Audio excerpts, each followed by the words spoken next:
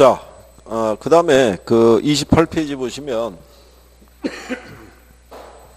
수요량의 변화하고 수요의 변화가 있어요. 요거는 수요 이론에서, 수요 공급 이론에서 가장 기초적으로 물어보는 거예요. 기초적으로. 우리가 지난번에 얘기한 것처럼요.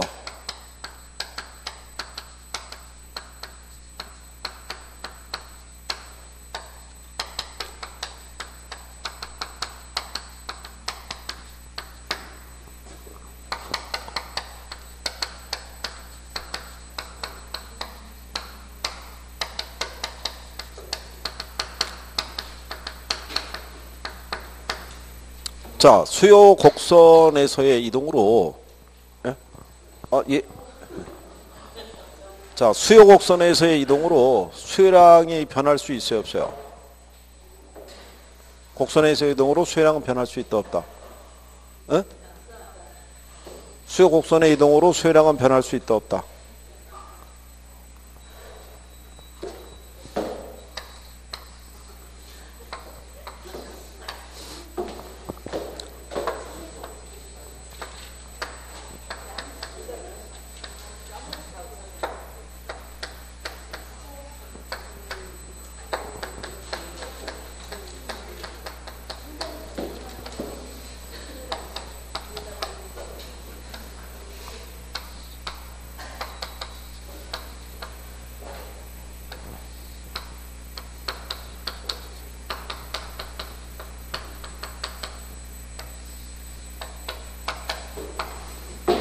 자, 다른 조건이 일정하다고 가정할 때요. 가격이 1,000원에서 800원으로 하락을 하면 수요의 법칙에서 수요량이 이렇게 늘어날 수 있죠. 지금 수요량이 변했잖아요. 그죠? 예. 그러면 원래 있던 여기 균형점에서 지금 이 점으로 이동을 했어요. 그죠? 그러니까 어디서 이동한 거예요? 이 곡선에서. 그 이동을 유발한 거 뭐가 변한 거예요? 가격이 변한 거죠. 이걸 우리가 수요량의 변화라고 그래요. 그죠? 수요량의 변화. 그래서 원래대로 우리가 표현하면 얘에 대한 표현은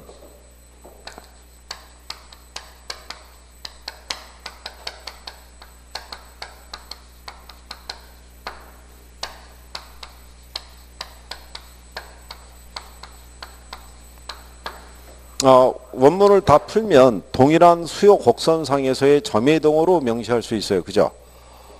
근데 이거를 출제자들이 이걸 한동안 안 썼다고요. 처음에 썼다가 이걸 안 쓴 이유가 여기 보면 얘가 곡선상이잖아요. 제가 수요량의 변화니까 수요량이 세 글자고 얘가 세 글자잖아요. 그러니까 이게 글자 수만 맞추는 거예요. 정리를 안 하고. 그래서 출제자들이 이걸 뺀 거예요. 일단. 그리고 뭐가 들어가 있으니까 점을 보고 판단하니까 점도 뺀 거예요. 이렇게. 그러니까 애들을 이렇게 수술을 시키니까 이렇게 나오잖아요. 수요 곡선에서 이동을 하고 이렇게. 그러니까 출제할 때 이런 표현으로 쓸 수도 있고 작년에 간만에 점의 이동이라는 표현이 또 등장도 했어요. 공급을 물어보면서. 그러니까 두 가지의 관점은 다 기억을 해야 돼요. 무슨 말인지 아시겠죠? 그래서 얘가 이 곡선에서의 이동을 유발해서 수요량이 변하게 된 요인은 뭐가 변했다는 거예요? 얘가 변한 거예요. 얘가 변했기 때문에 여기에서 이동이 발생해서 뭐가 변했다? 수요량이 변했다라고 얘기를 해요. 이거를 가격이라는 표현을 빼버리고요. 그냥 이 상태로만 나올 수도 있는 거예요. 수요 곡선에서의 이동으로 뭐가 변한 거. 수요량이 변한 것을 우리는 부동산 수요량의 변화를 한다. 그럼 맞는 표현이란 말이죠. 그죠? 그럼 이쪽을 보시면 얘는 가격이 그대로 1,000원인데 이렇게 수요량이 이렇게 증가할 수 있어요, 없어요? 그럼 얘도 지금 수요량이 늘었잖아요. 그렇죠? 변했는데 얘는 아니란 얘기죠. 가격은 그대로인데 가격 말고 다른 애들이 변한 거예요. 근데 그 변화를 우리는 이 선에서는 변화를 줄 수가 없어요. 얘가 변하지 않았으니까. 그러니까 이 변화를 간접적으로 표현해 주기 위해서 경제학자들이 이렇게 그림을 하나 새로 그린 거예요. 그러니까 뭐가 이동한 것 같은 거예요. 곡선이 이동한 형태로 나오잖아요. 그죠? 그래서 이렇게 수요 곡선의 이동으로도 뭐는 변한다는 거예요. 수요량은 변하는 거예요. 근데 이 변화를 유도하는 요인은 가격이 아니겠죠. 가격 외의 요인이니까 소득이 변했던 관련 재화의 가격이 변했던 무슨 얘기인지 아시겠어요? 이런 식의 변화를 줄 수 있는 거예요. 그래서 이거를 우리는 무슨 변화를 한다? 수의 변화라고 얘기를 해요. 그래서 여러분들 시험에는 수요 곡선의 이동으로 수혜량이 변한 경우에 이를 우리가 부동산 수혜량의 변화라고 한다 이렇게 틀리게 준 적이 있어요. 그러니까 곡선의 이동으로 인해서 수혜량이 변한 것을 무슨 변화를 한다? 예, 그건 우리가 수의 변화라고 얘기를 해요. 그러니까 두 가지는 기본적으로 구별이 돼야 돼요. 그죠? 무슨 말인지 아시겠나요? 이걸 나중에 이런 식으로 표현할 수도 있는 거예요. 얘가 아파트고 얘가 빌라예요. 그죠? 네, 빌라라고 가정했을 때 이게 빌라라고 일단 하지 말고요. 얘가 지금 가격이 하락했죠. 가격이 하락하니까 얘가 지금 수요량이 늘었죠. 그럼 둘의 관계는 무슨 관계냐 이렇게 물어볼 수 있어요. 그죠? 둘의 관계는 무슨 관계겠어요? 에? 아니 얘가 가격이 하락할 때 얘가 수요량이 늘었으면 얘가 가격이 하락하니까 양이 늘었잖아요. 얘도 양이 늘잖아요. 그럼 둘은 보완제일 거 아니에요. 에? 무슨 말인지 아시겠어요? 그렇게 물어볼 수 있다고요. 아파트하고 여기서 아파트하고 또 다른 어떤 A제와의 관계를 그래프로 이렇게 나타낸 것이다 그랬을 때 그래프의 모양을 이렇게 간단하게 줄 수도 있어요. 아니면 얘는 아예 주질 않고 얘가 가격이 변했을 때 곡선이 이렇게 우측으로 이렇게 이동했을 때 둘의 관계가 무슨 관계냐 이렇게 물어볼 수도 있을 거 아니에요. 그죠? 그러니까 그 내용도 나중엔 정리가 다 돼야 돼요. 그죠? 정리가. 이게 한 번 들으면요. 정리가 잘 안 돼요. 이게 한 4번, 5번 들어야 돼요. 그래야지 이게 조금씩 각인이 되기 시작해요. 내용도 정리가 되기 시작하고. 그리고 좀 더 빨리 실력이 올라가려고 그러면 복습을 좀 해야 돼요. 뭐 예습은 바라지도 않아요. 그냥 뭐라도 좀 해주면. 복습이라도 해주면. 그죠? 근데 벌써 제가 여러분들 본 지가, 그죠? 그래도 한 달 반, 한 2달 정도 돼가나요? 뭐 그 정도 돼가는 것 같은데, 꾸준히 가잖아요, 그냥 집에. 예? 꾸준히 그냥 계속. 그 집에 가서 공부하시는지는 제가 잘 모르겠으나, 그쵸? 그게 다음번에 모의고사를 봤을 때도 개선이 안 되면, 예, 이게 뭐 전혀 아무것도 안 하고 계시다는 얘기잖아요, 그죠? 그러면 그냥 왔다 갔다 한다고 합격을 되는 건 아니고, 조금은 개인적인 노력을 해줘야 되잖아요, 그죠? 뭔 얘기인지 아시겠죠? 그리고 이거 오늘 처음, 제 시급에 처음 들어오신 분도 있나요? 이거 처음 시작하시나요? 공부? 처음에 들으면요. 다 생소하고 낯설어요.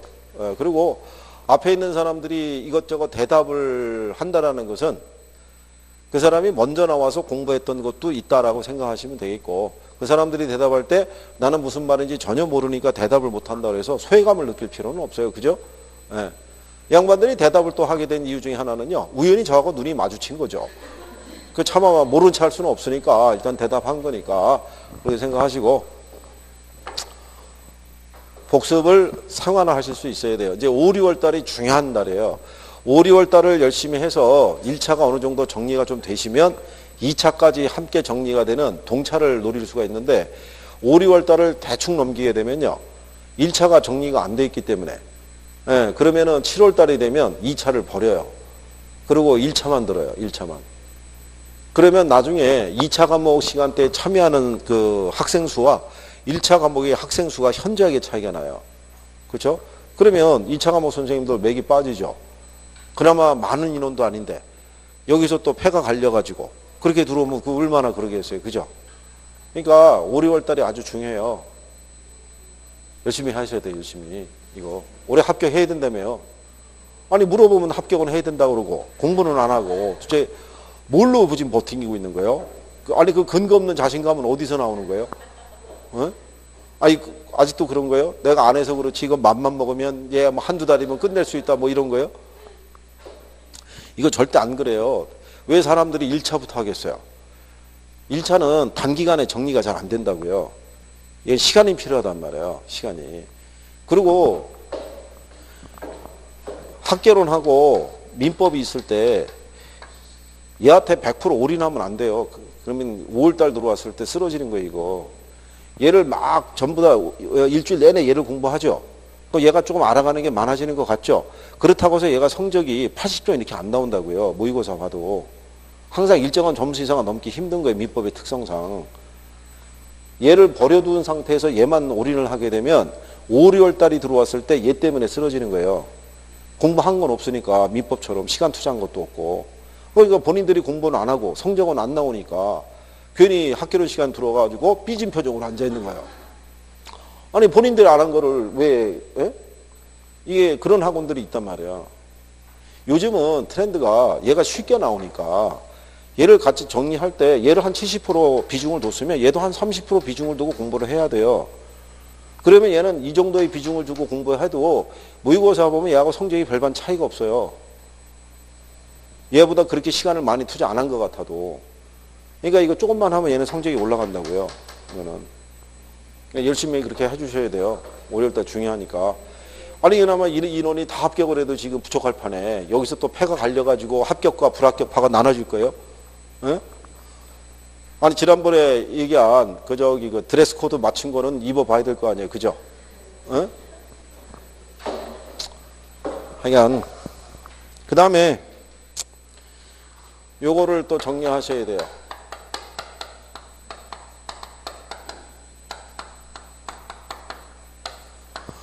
우리가 수요 변화 요인이라고 그래서요. 29페이지 가시면 정상제하고 열등제, 대체제하고 보완제 뭐 이런 것 있죠. 네. 그쪽을 정리해야 되는데 처음에 나오는 정상제하고 열등제는 수요를 변화시키는 요인 중에서 일단 뭐가 변할 수 있다는 거예요. 소득이 변할 수 있고 그 다음에 관련제의 가격이 변할 수 있고 그 다음에 가격 변화에 대한 예상이 있어요. 그죠?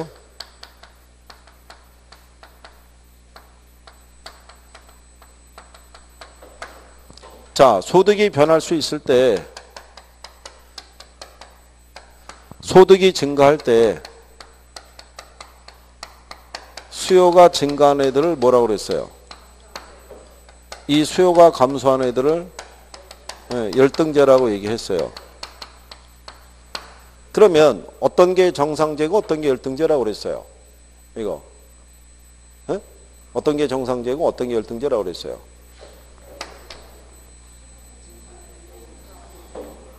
이대로 가면 돼요, 이대로. 자, 이게 공장에서 제품을 생산할 때 라벨을 거기에다가 너는 정상제고 너는 열등제라고 이렇게 라벨을 붙여서 출시되는 건 없어요. 이게 사회 인식의 변화하고요. 소득의 변화에 따라 정상제가 열등제가 될 수도 있고 열등제가 정상제가 될 수도 있다 이런 얘기예요.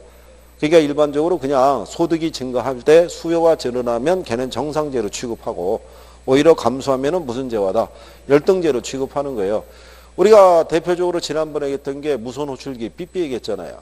삐삐가 처음에 출시됐을 때는 사람들이 돈이 좀 있는 사람들은 다 샀다고요. 그거를. 그 당시에는 걔가 정상제였던 거예요. 그러니까 옆에서 삐삐 소리 울리면 사람들이 신기한 듯이 쳐다봤어요. 그 당시에는 그것도 아무나 못 찾단 말이에요. 근데 지금은 삐삐를 차고 다니는 사람을 찾아보기 힘들죠.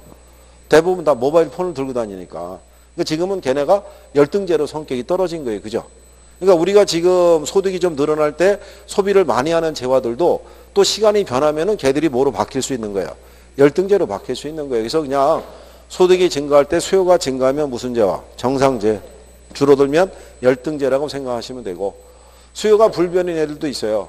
그건 중간제라고 얘기를 해요. 그죠? 그러니까 중간제라는 애들은 된장, 고추장, 간장 이런 애들이에요. 걔들은 소득이 많이 늘어났다고 그래가지고 걔들의 사용량을 갑자기 늘리거나 그러진 않아요. 그죠? 네, 항상 소비가 일정한 애들을 뭐라 그런다? 중간제 이렇게도 얘기를 해요. 근데 여기서 제일 많이 여러분들에게 물어보는 게 얘예요.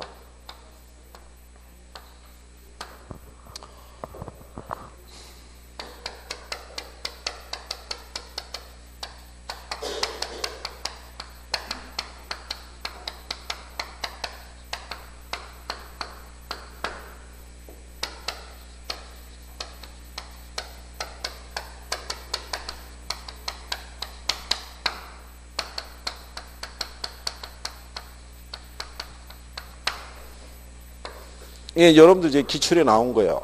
아파트 시장에 있을 때 아파트의 수요 곡선을 좌측으로 이동시키는 원인이 있죠. 예, 원인에 해당이 되는 게 뭐냐 이렇게 이제 물어봤을 때 있어요. 이게 좌측으로 이동시키는 원인이 되는 거 둘 중에 뭐가 돼요?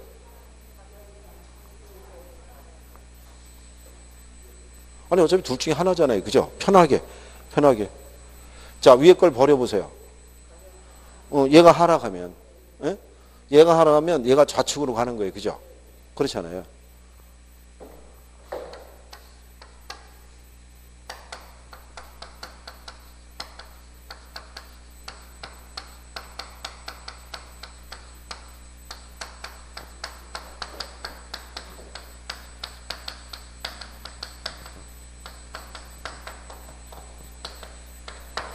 자, 한 재화의 가격이 하락할 때 있죠. 수요가 감소하는 재화 있죠. 뭐예요?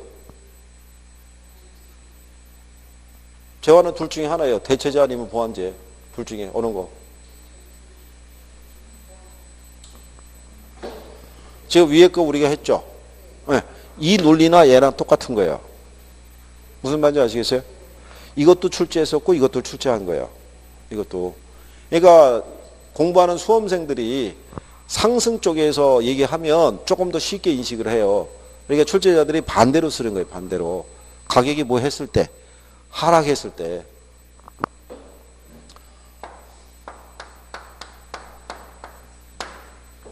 자, 이게 이 등호가 표시가 된다는 얘기는 얘를 소비하든 우리가 얻는 효용의 크기가 같은 거예요. 그죠? 그럴 때 만약에 얘가 아파트고요. 얘가 빌라라고 가정하자고요. 자, 그럴 때 만약에 저기 논리니까 그냥 이렇게 해드릴게요. 이거 빌라로 해드리고 아파트로. 자, 만약에 빌라에 대한 분양가 있죠. 분양가가 얘도 1,000만 원이고 얘도 1,000만 원인데 얘가 분양가가 1,500만 원으로 상승했어요. 그럼 빌라의 가격이 상승했죠. 그렇잖아요. 그러면 얘 수요량은 어떻게 돼요? 감소하잖아요. 그럼 상대적으로 얘가 가격이 싸진 것 같잖아요. 그럼 얘의 수요량이 어떻게 돼요? 증가하죠. 그러면 얘에 대한 가격은 어떻게 돼요? 상승하죠. 그래서 대체재는 가격의 움직임이 같아요. 가격의 움직임이. 양의 움직임은 틀리고. 무슨 말인지 아시겠나요? 근데 만약에 지금 우리가 가격 상승을 얘기했잖아요. 얘가 가격이 1,000만 원이었는데 얘가 800만 원으로 가격이 하락했어요. 얘는 여전히 1,000만 원인 상태고. 그렇죠?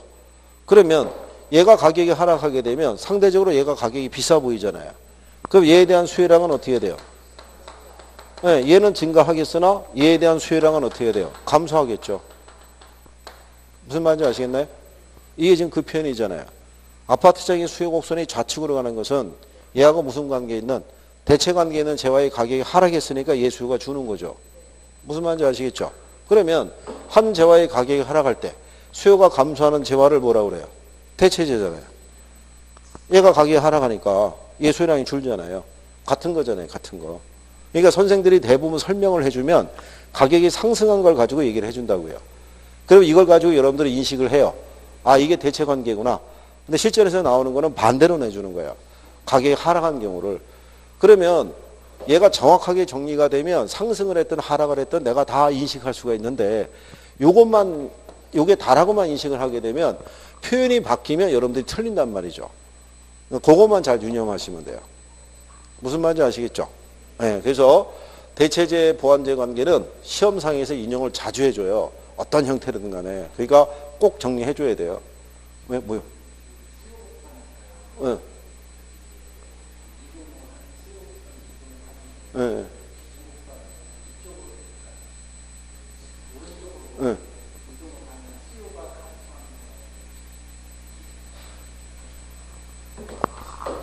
어디서요? 여기서 이렇게 가면 수요가 뭐 한다고요? 이게 왜 감소해요? 아, 이거요? 아, 이거를 얘기했을 때요? 그렇죠. 가격이 하락하면 저기서 이 곡선이 좌측으로 간다는 얘기예요. 이게 무슨 얘기냐면 얘가 가격이 지금 하락했잖아요. 그럼 말 그대로 얘가 지금 빌라의 가격이 어떻게 됐다? 하락하게 되면 아파트의 수요가 이렇게 줄어든다는 얘기예요. 이쪽으로. 그러니까 어느 쪽으로 간다는 거예요? 좌측으로. 그걸 얘기하는 거예요. 그거. 그러니까 표현을 해줄 때 이렇게도 쓸 수 있단 말이에요. 근데 아까 제가 이걸 한번 여기서 인용을 해보려고 그랬는데 여러분들의 표정이 별거 밝아 보이질 않아가지고 여기서 하는 거를 포기하고 그냥 일단 넘어간 거예요. 왜냐하면 이게 바로 저는 앞전에 이걸 한번 해봤으니까 한번 여기다가 붙여가지고 그 다음 거를 얘기를 해주고 싶었는데 여러분들의 표정이 별로 아닌 것 같으니까 여기서 이걸 붙잡고 시간을 또 쓸 수가 없으니까 이쪽으로 온 거예요. 그래서 이걸 가지고 우리가 지금 해보고 있는 거예요. 이거. 그렇죠? 그러니까 반드시 정리해야겠죠. 그러니까 출제 똑같은 생각하는 거예요. 여러분들에게 변별력을 물어보기에 좋은 문제라고 생각하는 거예요. 그러니까 반드시 정리하셔야 되겠고. 자, 그 다음에 얘네들은 대체제 얘기한 거예요. 그죠? 그리고 이렇게도 여러분들에게 출제했어요. 어떻게든 출제했냐면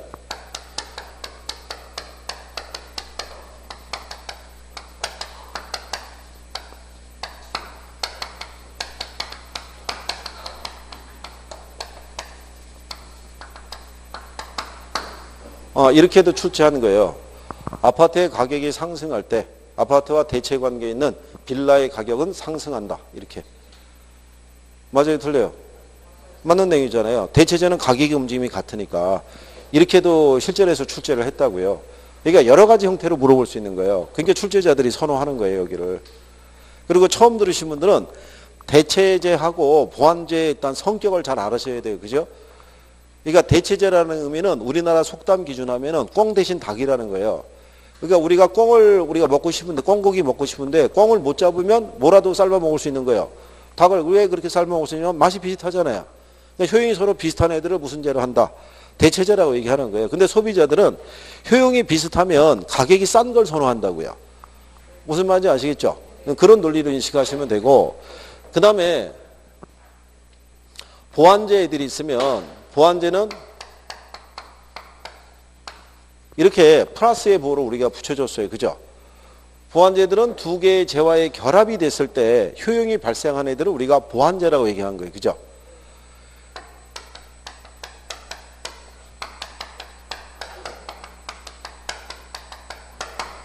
우리가 바느질을 하기 위해서는 바늘과 실에 두 가지가 있어야 돼요. 그죠? 둘 중에 하나만 갖고는 바느질이 안 되겠죠. 그러면 만약에 시장에서 바늘 가격이 상승해요. 그러면 바늘에 대한 수요량이 어떻게 돼요? 감소할 거 아니에요. 선생님이 지금 이 목감기에 걸려가지고 아주 지금 컨디션이 지금 별로 아주 최악인데도 불구하고 버팅기고 있는데 선생을 자꾸 쓰러뜨리려고 그러지 마세요. 그죠? 얘가 상승할 때 얘는 당연히 우리가 하한 거 아니에요. 이게 아까 우리가 했던 수요 법칙을 했잖아요. 가격이 상승하면 뭐가 수요량이 감소한다고. 그죠? 그러면 바늘을 못 산 사람이 실은 사겠냐 이거예요. 실도 안 살 거 아니에요. 그죠? 그럼 따라 실의 수요량이 어떻게 돼요? 네, 얘가 감소하죠. 그럼 얘 가격이 어떻게 돼요? 얘 하락하죠. 그러니까 가만히 보면 얘들은 양의 움직임이 같잖아요. 그렇죠? 그럼 양의 움직임이 같을 수밖에 없는 거는 같이 써야 되니까. 한쪽만 소비가 줄어들진 않는다고요. 하나가 줄면 나머지도 줄어드는 거예요. 그죠? 우리가 지난번에 이렇게도 얘기했잖아요. 골프채가 있고 골프공이 있잖아요. 그럼 골프채 가격이 비싸가지고 골프채 안 산 사람이 공은 뭐하러 사겠어요. 그죠? 하나가 있으면 하나도 있어야 될 거 아니에요. 그죠? 아니 PC 본체가 없는데 마우스는 뭐하러 사겠어요. 그죠? 연결할 때도 없는데. 같은 거란 말이에요. 그러니까 우리 실생활에 보완제하고 대체제가 무진장에 널려 있겠죠. 그렇잖아요. 그러니까 여러분들 그걸 가지고 조금만 인식을 해주시면은 금방 정리할 수 있어요. 그죠? 그러니까 대체제 보완제는 반드시 정리해 줘야 돼요. 그죠? 에? 조만간에 다시 한번 테스트 해볼 수 있어요. 조만간에. 성격이, 제가 그 처음에는, 그래도 여기가 삶의 질도 뭐 최고라고 얘기하시고, 또 표정도 항상 근엄하게 갖고 계시고, 그래서 어느 정도는 뭐 알아서 잘 하시겠거니라고 생각해서 믿고 알아서 하겠거니라고 했는데, 진실을 확인해 본 결과, 이거를 이대로 방치했다가는 믿는 도끼에 발등을 지켜도 12번은 더 찍힐 것 같아가지고, 이거는 보다 강력하게 이거는 소위 얘기한 대로 빡세게 굴리지 않고서는 성적이 나오기가 쉽지 않을 것 같다는 생각이 드는 거예요. 그러니까 문장이 돌려야 돼요, 여기는. 열심히 해야 돼요, 열심히. 예? 생각해 보세요. 이러다가 남들 다 되고 자기 혼자만 안 되면 그거 어떡할 거예요? 예? 세종시에서 이거 쇼핑은 끝난 거 아니에요? 그렇잖아요? 그러면 저기 대전으로 나가야 돼요?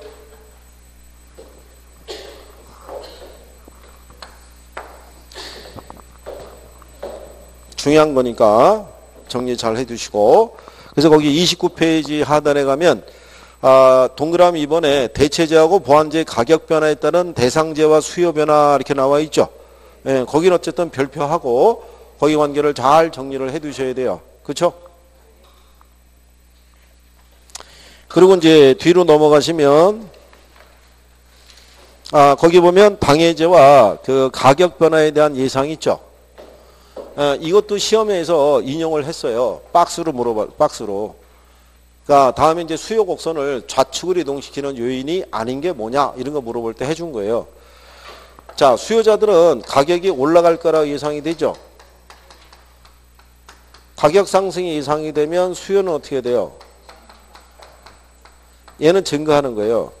더 오르기 전에 사두는 게 유리하다고 판단하는 거예요. 이게 만약에 이 세종시의 부동산 가격이 아파트의 거래 가격이 계속 올라가는 추세잖아요.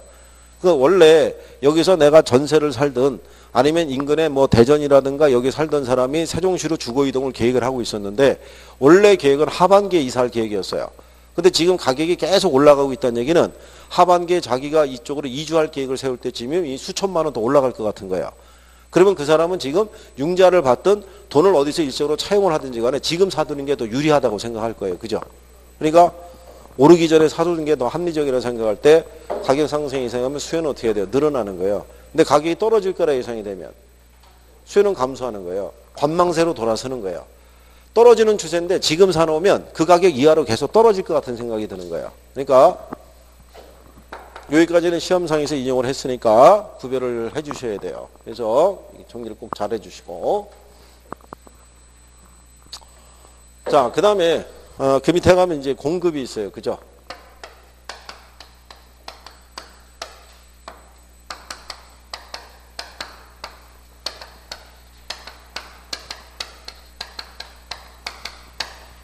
자, 공급도 공급량이 있고 공급이 있고 두 가지가 있다라고 보시면 돼요. 그죠? 거기에 보면 이제 공급이 있고 공급량이 있다 이렇게 해놓은 거예요. 그죠?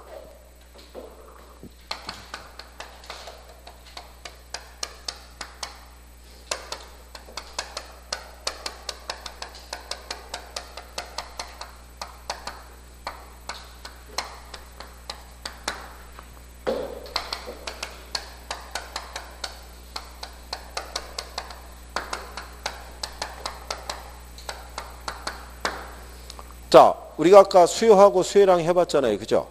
예, 그거하고 이제 기본적인 요건은 같은 거예요. 그죠? 일정 기간 동안 모든 가격 수준에 대응해서 공급자가 공급하겠다는 계획이 있죠. 예, 욕구를 우리가 뭐라 한다? 공급이라고 얘기를 해요. 근데 이거는 무슨 가격에 대응해서? 특정 가격에 대응해서. 그죠?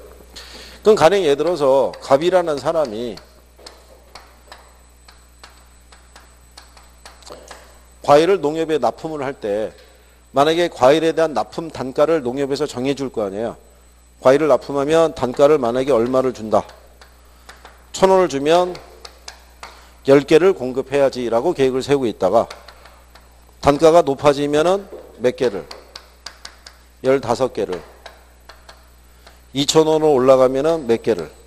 20개를. 이런 식으로 제시되는 이 가격에 대응해서 공급 계획을 이렇게 세울 수 있어요, 없어요? 있죠. 그게 공급이라는 거예요. 만약에 이게 참여라 과정할 때 참외를 갖다가 납품을 할 때 하나에 대한 단가를 얼마를 쳐준다 그러면 1,000원을 준다면 10개를 내가 납품하겠다는 계획을 세우겠는데 1,500을 준다면 이윤이 더 커질 거 아니에요. 그러면 15개까지는 내가 공급할 수 있지. 근데 2,000원까지 주면 최대 몇 개? 20개까지는 내가 농협에 납품할 수 있지라고 이렇게 계획을 세울 수 있어요, 없어요? 세울 수 있을 거 아니에요. 근데 만약에 농협에서 제시하는 단가가 얼마로 딱 결정이 되면 1,000원으로 결정한 시점에서는 최대 공급할 수 있는 양은 몇 개라는 거예요? 15개. 그러니까 이 공급 곡선의 한 점으로 역시 표시될 수 있는 게 바로 뭐다? 그게 공급량이라고 생각하시면 되는 거예요. 그러니까 아까 수요하고 수요량의 논리하고 기본적인 성격이 같은 거죠. 무슨 말인지 아시겠나요? 그러면 이 공급의 성격이 있죠. 얘도 무슨 개념이라고 그랬어요? 그러니까 여기도 공급에 따른 뭐를 갖고 있는 거예요? 계획을 갖고 있는 거지 실제로 공급이 이렇게 이루어진 건 아니라고요. 가격이 이렇게 제시가 되면 이렇게 계획을 세우고 있었는데 생각한 것만큼 참에 대한 수확량이 많지 않을 수가 있잖아요. 그러면 생각했던 것만큼 공급을 못할 수도 있어요, 없어요? 못할 수도 있는 거예요. 그러니까 말 그대로 무슨 개념이다? 사전적 개념이고 공급이 완료가 된 건 아니란 말이에요. 무슨 말인지 아시겠나요? 그리고 얘도 무슨 공급이에요? 그러니까 얘도 욕구만 있어서는 안 되고 실제로 공급할 수 있는 능력을 갖춰줘야 돼요. 그죠? 그리고 얘도 무슨 개념이다? 네, 얘도 유량 개념인 거예요.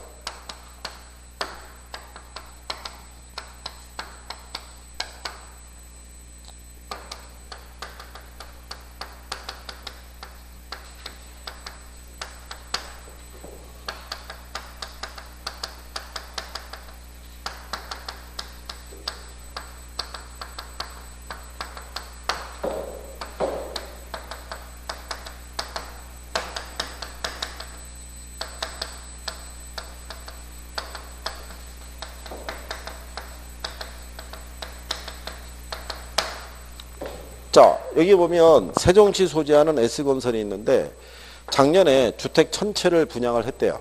작년에. 근데 금년에는 몇 채를? 1200채를 공급할 뭐를 갖고 있다. 계획을 갖고 있다는 거예요. 그러니까 말 그대로 계획이잖아요. 그러니까 선제 들어올 때는 내가 1200채의 공급 계획을 갖고 있었는데 시장 경기가 생각했던 것만큼 좋지가 않아요. 그럼 이걸 다 공급했다가는 미분양이 발생할 것 같으니까 실제로 공급한 양은 한 800채에 그칠 수도 있다 없다. 있을 거 아니에요. 그러니까 사전적이라고요. 그 다음에 얘는 작년에 이미 1000채를 분양한 실적이 있죠. 그러니까 능력이 있다는 얘기죠. 그러니까 올해 한 1200채 정도는 충분히 공급할 만한 능력을 갖고 있으니까 무슨 공급? 유효 공급이라는 거예요. 무슨 말인지 아시겠죠? 거기다가 2017년이라고 주어져 있잖아요. 올 한 해 동안. 그러니까 뭐가 명시가 되어 있는 거예요? 기간이. 그러니까 이렇게 유량 개념이란 말이에요. 그러니까 얘도 수요랑 똑같이 사전적 개념이고 무슨 공급이고 유효 공급이고 뭐를 명시한다? 유량을 명시한다는 것을 구별을 하시면 돼요. 같은 논리니까. 무슨 말인지 아시겠죠? 네. 그 다음에 얘들도 똑같이요.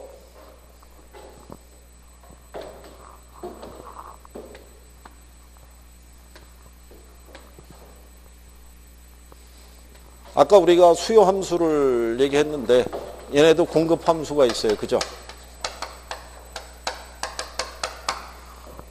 거기 보시면 그 양가로 2번에 공급 곡선 및 특징 이렇게 돼 있죠. 예, 거기에 대한 걸 우리가 이제 또 설명하는 거예요. 그러면 공급 함수라는 거는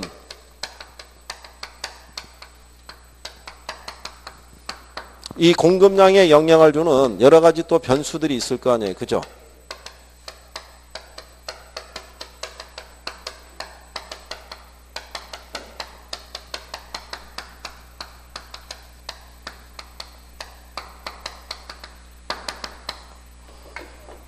자, 공급량에 영향을 주는 여러 가지 변수들이 있는데요. 당해제와의 가격도 있고 기술 수준도 있고 생산 요소 가격도 있고 다양해요. 그죠? 근데 여기는 아까 수요랑 다르게 관련제와의 가격 변화가 없잖아요. 대체제하고 보완제가. 그러니까 이 대체제와 보완제 논리는 이게 원래 수요의 이 변화 요인에 해당이 되는 거예요. 그러니까 공급 측면에서는 얘네 둘이 더 중요한 거예요. 기술 수준하고 생산 요소 가격 있죠. 그래서 여러분들 시험에는 지금까지 공급 측의 요인으로 대체제하고 보완제가 나온 적이 없어요. 원래 그게 수요 요인이니까. 근데 이제 한 7월 달 되면 선생들이 모의고사를 줄 때 공급 측면에 있을 때 대체제 보완제라고 문장을 쓸 수도 있을 거예요. 그러니까 제가 지난번에 얘기했지만 대체제 보완제 개념은 수요가 먼저 정리가 돼야 공급도 쉽게 정리되는 거예요. 그러니까 수요가 확실히 정리가 안 돼 있는데 공급까지 같이 끼워서 정리하면 둘이 섞이면 헷갈리는 거예요. 그러니까 한쪽이 분명히 정리가 돼야 돼요. 그러니까 기본 개념은 설명을 해드리는데 그거는 인식을 해야 된다는 얘기고. 자, 일단은 아까 우리가 수요 함수 할 때랑 똑같아요. 그죠? 네. 얘들은 다 변하기 때문에 독립변수고 얘들이 변하면 얘가 변하니까 얘는 종속변수라고 그랬어요. 그죠? 근데 얘들이 동시에 변한다고 가정할 때 그걸 우리는 그래프에다 표시할 수 없으니까 얘들도 똑같이 뭐를 준다 그랬어요. 가정을 부여해서 다른 요인은 어떻다? 네, 일정하다. 라는 가정하에 공급량에 영향을 주는 유일한 변수는 뭐가 되는 거예요? 가격이 되는 거예요. 가격.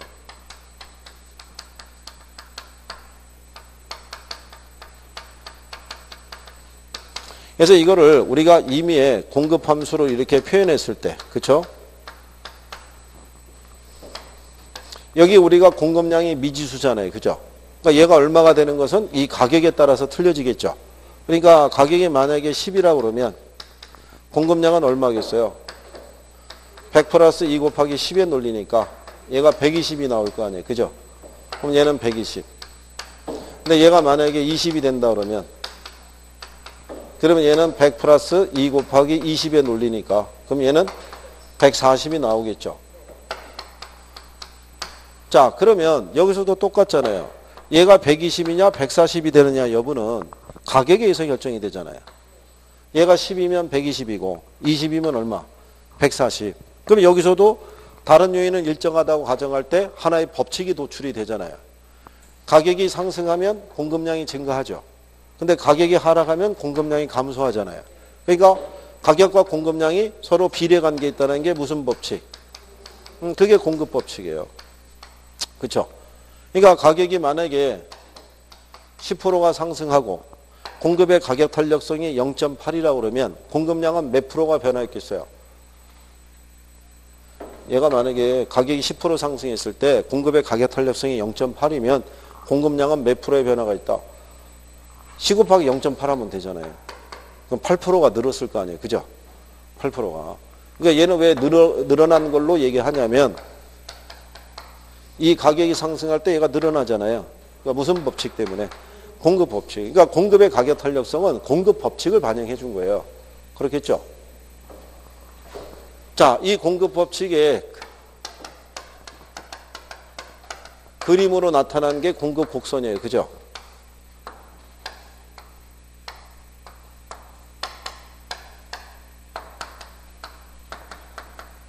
여기 똑같잖아요.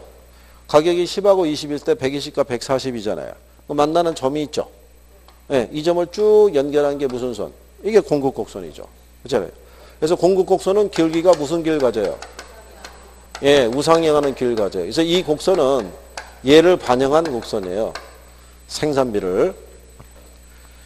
왜냐하면 공급을 늘리면 당연히 뭐가 증가해요? 비용이 증가해요. 그럼 공급자는 무한정 공급을 늘리진 않아요. 시장 가격이 생산비를 감당할 수 있는 수준까지만 증가를 시켜줘요. 그래서 나중에 생산비 곡선을 우리가 정리는 한번 해도 일단 기본적으로 공급 곡선은 무슨 길을 갖는다? 우상향하는 길을 갖는다라고 일단 인식은 하셔야 돼요. 그래서 여기 공급 곡선 안에 가게 되면 공급 법칙이 디귿에 표현이 돼 있죠. 디귿에. 그 다음에 얘도 똑같아요. 그 다음에 공급량의 변화가 있고 무슨 변화가 있다? 공급의 변화가 있어요. 그러면 수요량의 변화하고 수요의 변화를 인식하는 사람은 이걸 쉽게 정리할 수가 있죠.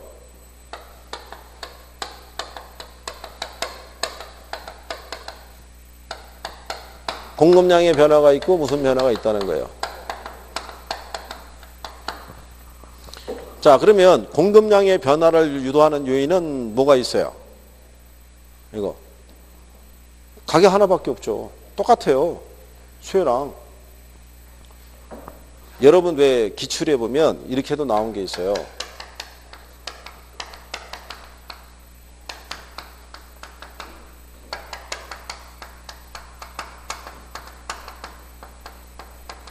이렇게 주고 이 요인과 이 애를 변화시킨 요인이 있죠. 올바르게 연결한 걸 고르라고 준 거예요. 이거는 출제자가 마음이 참 따뜻한 사람인 거죠. 왜 따뜻했겠어요? 얘를 변화를 주는 요인이 뭐 하나밖에 없어요. 그렇죠. 가격 하나밖에 없죠. 그게 3번에 그거 하나밖에 없었다고요. 가격이. 그냥 얘가 답일 거 아니에요. 이쪽은 보지 않더라도 가격이 들어간 애가 얘 하나밖에 없으니까. 그렇죠. 만약에 이 출제자가 조금 성격이 좀 이상했으면은 여기다가 대체제의 가격이를 하나 썼을 거예요. 대체제의 가격은 수혜량 변화 요인이 아니니까 유인 지문으로. 근데 이 사람은 깔끔하게 이런 거 안 쓰고 그냥 딱 3번에다가 가격의 상승 뭐 이런 거 하나밖에 안 썼어요. 바로 맞출 수 있게끔. 그러면 이게 나중에 패턴이 바뀌면 공급적으로 나올 수도 있는 거예요. 간단하게. 그래서 학계론이 포인트 이렇게 해서 점수 따기는 얘가 더 쉬운 문제들이 많아요. 민법은 다 읽어야 되잖아요. 지문을. 판례 나오면 다 확인해야 되잖아요. 가불병 그려서 확인해야 되죠. 얘는 그거 안 그래도 돼요.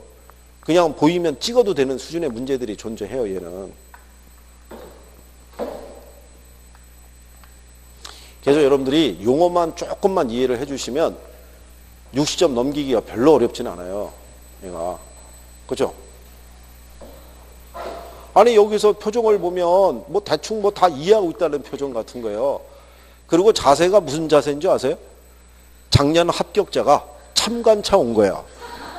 합격 올해는 어떻게 수업하나 뭐 이렇게 있죠. 포스가 뭐 장난이 아닌 포스예요. 그죠? 여유가 철철 넘친다 이런 얘기죠.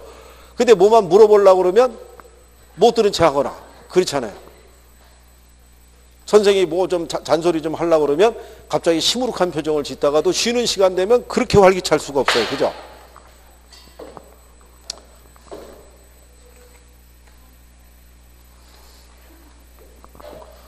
그냥 제가 저기 뭐죠?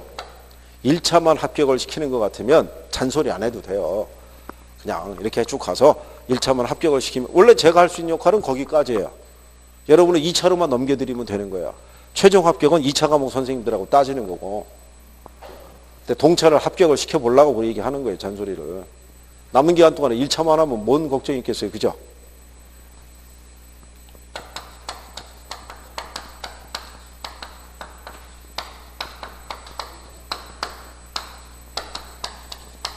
제가 그거를 많이 봐서 그래요. 1차를 합격해도 기분은 좋아요. 기분은 좋은데 그분이 그 다음에 2차를 공부하죠. 2차를 공부하더라도 스트레스 아닌 건 똑같아요. 그리고 불안 심리가 시험이 다가올수록 더 커져요. 이번에 떨어지면 1차부터 다시 하든가 아예 이걸 포기하든가 둘 중에 하나가 돼요. 시간과 비용이 들어가는 건 똑같아요. 그러니까 차라리 그냥 한 번에 끝내는 게 제일 낫다는 얘기죠.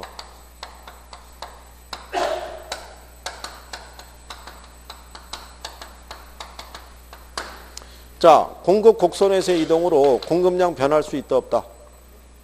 에? 공급 곡선의 이동으로 공급량 변할 수 있다 없다? 예. 아까 우리 한 거랑 똑같아요.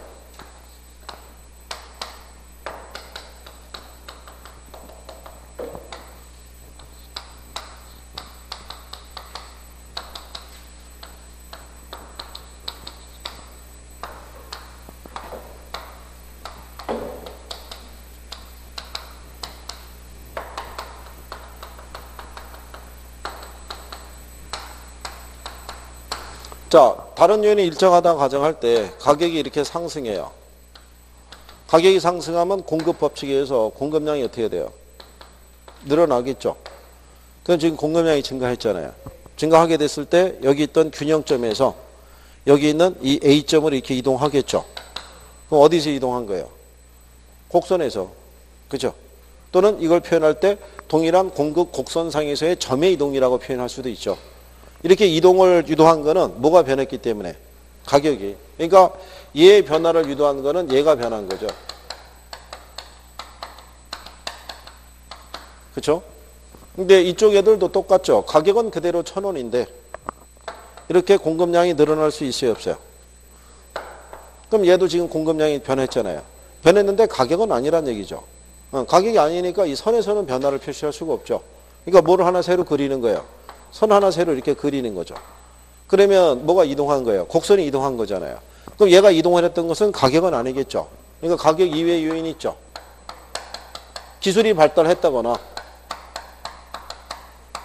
생산 요소 가격이 뭐 했거나 하락했거나 이런 것들이 원인이 될 수가 있겠죠. 그러니까 표현 관계는 수혜량이 변하고 수혜 변화를 얘기할 때나 공급량이 변하고 공급의 변화를 얘기할 때랑 똑같아요. 그죠? 근데 이제 여러분들이 갖고 있는 맹점이 뭐냐면 여기서 할 때까지는 기억이 돼요. 그러다 단원이 바뀌어요. 시장론을 거쳐서 정책론쯤에 들어갔을 때 선생님이 이걸 갖고 다시 얘기를 해요. 그러면 그 순간에 얘들이 없어요, 기억에. 그러니까 용어가 정확하게 이해가 돼 있으면 어느 단원에서 물어봐도 기억이 나야 되는데 시간이 조금 지나고 나면 기억에서 사라져 있다고요.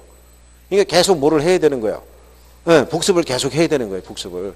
그래서 기억이 유지되다가 어느 순간에 얘가 확실히 이해가 되잖아요. 그 얘를 격리하지 않아도 걔는 이제 여기 남아 있는 거예요. 그게 시간이 지나면서 해결이 돼요.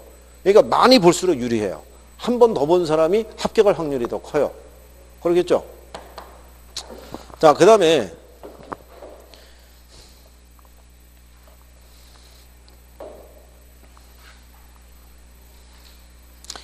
뭐를 또 간단하게 여긴 구별이 안 돼. 거기 30페이지 하단에 가면 박스 있죠. 공급의 변화 이렇게 돼 있죠. 예, 그쪽에 쭉 가면 니은의 생산 기술, 생산 요소, 가격 뭐 이렇게 나와 있잖아요. 그죠?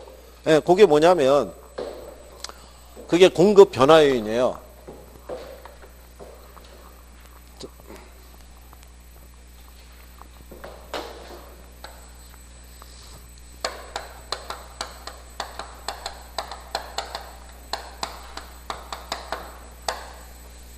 자, 공급 변화 요인에서는요.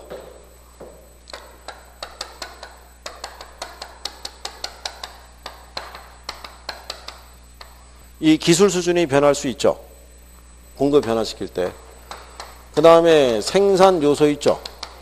예, 생산 요소 가격에 변화가 발생할 수 있죠. 그 다음에 가격 변화에 대한 예상이 있죠.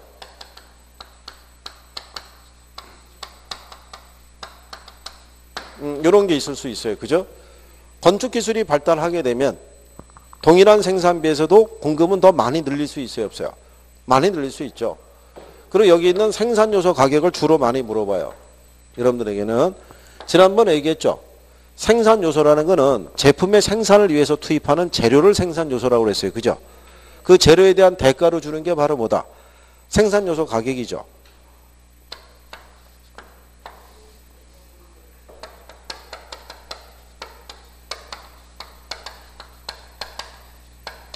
여러분 시험상에서는 이렇게 줘요.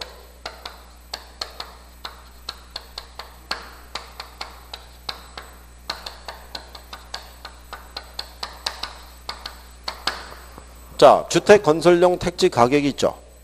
얘가 상승하게 되면 공급이 감소하겠죠. 생산 요소 가격이 상승했으니까.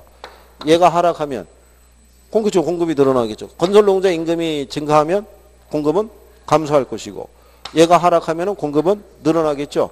시장 이자율이 상승하면 공급자의 수익이 떨어뜨리니까 공급이 감소하겠죠. 얘가 하락하면 공급은 어떻게 돼요? 증가하겠죠. 이런 식으로 표현을 주는 거예요. 이쪽을. 무슨 말인지 아시겠나요? 그리고 지난번에 얘기했지만 주택담보대출 이자율은 이건 수요 변화 요인이에요. 공급 요인이 아니고. 무슨 말인지 아시겠죠? 여러분 실전에도 출제하는 거예요. 다음 중에서 부동산 공급 곡선을 우측으로 이동시킨 요인이 아닌 게 뭐냐라고 했을 때 답이 이걸 줬다고요. 주택담보대출 이자율의 상승 그래가지고 하락이라고 주면 또 시비 붙을까 봐 아예 상승이라고 해서 출제한 거예요. 그러니까 주택담보대출 이자율은 무슨 요인이다? 수요 측의 변화 요인인 거예요. 그 다음에 가격이 앞으로 올라갈 거라고 예상이 되면 공급은 늘어난다, 줄어든다. 가격 상승이 예상이 되면 공급은 어떻게 돼요? 예? 아니 여러분들이 그러니까 여러분들 입장에서 생각해 보세요. 여러분 원래 집을 팔라고 중개업소에 내놨어요. 내놨는데 세종시 가격이 막 올라가는 거예요. 그럼 지금 판다? 아니면 좀 이따 판다? 그럼 공급이 줄을 거 아니에요. 시장에 매물로 내놓은 거 걷어 드릴 거 아니에요. 그죠? 예? 여러분이 하던 대로 하셔도 돼요. 예? 왜 자꾸 반대로 얘기하려고 하신 거예요? 그죠? 아니 아파트 살 때 가격 올라갈 것 때문에 또 올라가기 전에 살라고 그럴 거고. 그죠?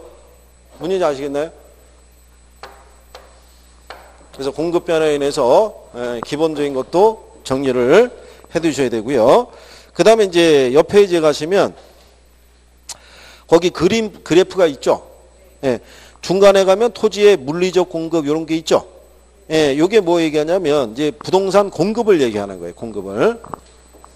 이제 그거를 이제 경제적 공급 뒤에 보면 뒤에 있으니까 잠깐 쉬었다가 부동산 공급에 대한 거 이거 정리하시죠. 쉬었다 들어주십시오.